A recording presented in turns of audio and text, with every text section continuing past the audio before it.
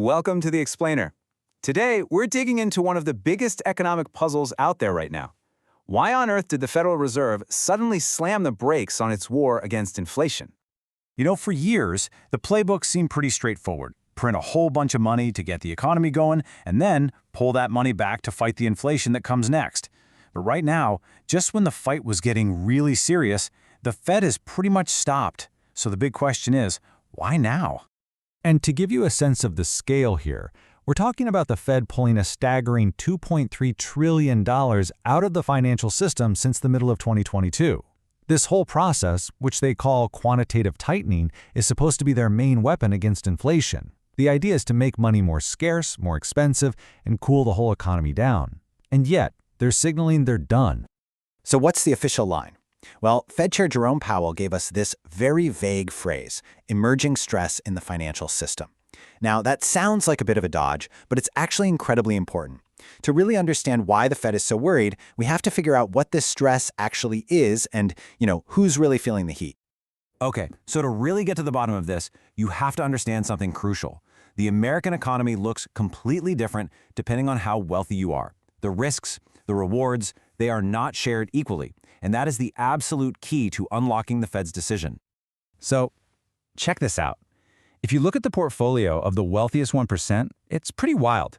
Over half of their wealth, a full 51%, is tied up in what's called business equity. So we're talking stocks and ownership in private companies. Their entire financial world pretty much rises and falls with the market. But now, let's look at the upper middle class. It's a completely different picture. For them, the single largest asset, at a whopping 40%, is real estate. The value of their home, that's the bedrock of their financial stability. It's way more important to them than their 401k. And this, right here, is the crucial point. A policy that tanks the stock market is a direct five-alarm threat to the wealth of the top 1%. But a policy that tanks the housing market, that's a threat to the middle class.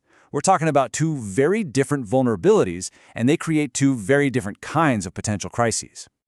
And what this chart really drives home is a much bigger pattern. You see, economic shocks, like a sudden spike in unemployment, they don't hit everyone the same. They consistently, and I mean consistently, hit the least wealthy households the hardest.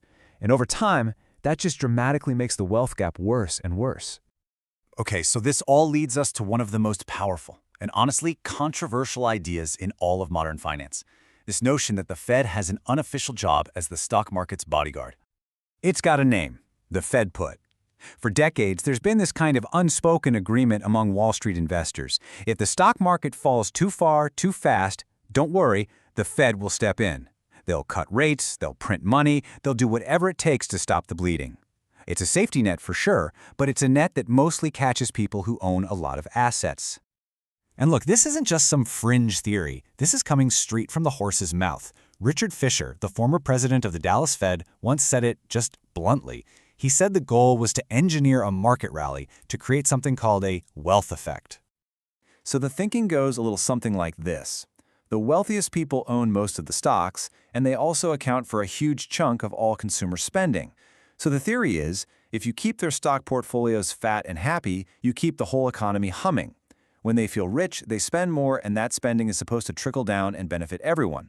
That's the idea anyway. All right, so if the Fed's unofficial job is to protect this wealth effect, what's the big, scary threat they see right now? What's so bad that it would make them just abandon the fight against inflation? Well, that vague emerging stress that Chair Powell mentioned, it's not so vague anymore. It has a name, commercial real estate, or CRE. Yeah, we're talking about office buildings, shopping malls, and those giant apartment complexes. That's where the problem is. And you know what? We've already seen a trailer for this movie. Remember the collapse of Silicon Valley Bank? That wasn't just about some tech startups. A huge piece of their business was lending money to real estate developers. So when SVB went down, it sent a massive shockwave through the entire property financing world. And SVB was not some one-off problem. This table, it's just a small sample, but it shows you that dozens of regional banks have a massive exposure to commercial real estate. I mean, look at these numbers. For a lot of them, their CRE loans are worth nearly 300% of their entire equity cushion. That's their safety net. That's the bank's own capital. So a big drop in property values could literally wipe them off the map. Okay, but here's where it gets really fascinating. While all these banks are sitting on a potential time bomb, you've got this on the other side, $4 trillion of private equity cash, what they call dry powder, just sitting on the sidelines. These are investors just patiently waiting to swoop in and buy up distressed assets, like commercial real estate, for pennies on the dollar the second a crisis hits. All right, this brings us to the final act. Let's connect all the dots and lay out the absolutely impossible choice the Federal Reserve is facing right now. This is their high wire act. They are stuck, absolutely caught between a rock and a hard place. On one hand, their official job, their mandate, is to fight inflation, and that means they have to keep tightening, keep interest rates high. But doing that risks tipping us into a nasty recession. On the other hand, their other job is to keep the financial system from blowing up, and that means pausing the tightening to relieve that stress on the banks, but that risks letting inflation roar back to life. This, right here, is the nightmare scenario. This is the domino effect they are desperate to avoid. It starts with commercial real estate values falling. That causes a wave of regional bank failures. That fear then spreads like wildfire to the stock market, triggering a massive sell-off. Then the wealth effect completely reverses, causing the biggest spenders in the economy to slam their wallets shut. And that's what tips the entire economy into a deep, painful recession. The Fed is choosing to risk more inflation just to prevent this exact catastrophic chain reaction. So that leaves us with the ultimate question, doesn't it? By stepping in to stop this crisis before it starts, the Fed is once again making it clear that the Fed put is real. But here's the thing to think about. By constantly providing this safety net for the markets, are they actually making the system safer in the long run?